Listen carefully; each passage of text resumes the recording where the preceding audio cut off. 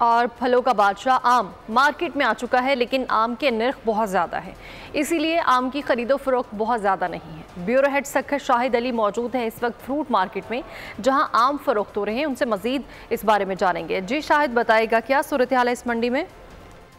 का बादशाह आम जो है मार्केट में आ गया है। जैसे जैसे गर्मी बढ़ रही है, आम भी मार्केट में आ रहा है। अभी जो इब्तिदाई तौर पर आम मार्केट में आया है उसमें सरौली आम है, अलमास आम है और इसके साथ साथ सिंदड़ी भी जो है वो आपको नज़र आ रहा है। लेकिन अभी सिंदड़ी जितना बड़ा आम होता है वो अभी फुल आब-ओ-ताब के साथ नज़र नहीं आ रहा है। हमारे साथ एक साहब मौजूद हैं जो आम के नर्ख यहाँ मालूम कर रहे थे, उनसे बात करते हैं। आपने आम के रेट तो पूछे लेकिन आपने आम लिया नहीं। अस्सलाम वालेकुम जी।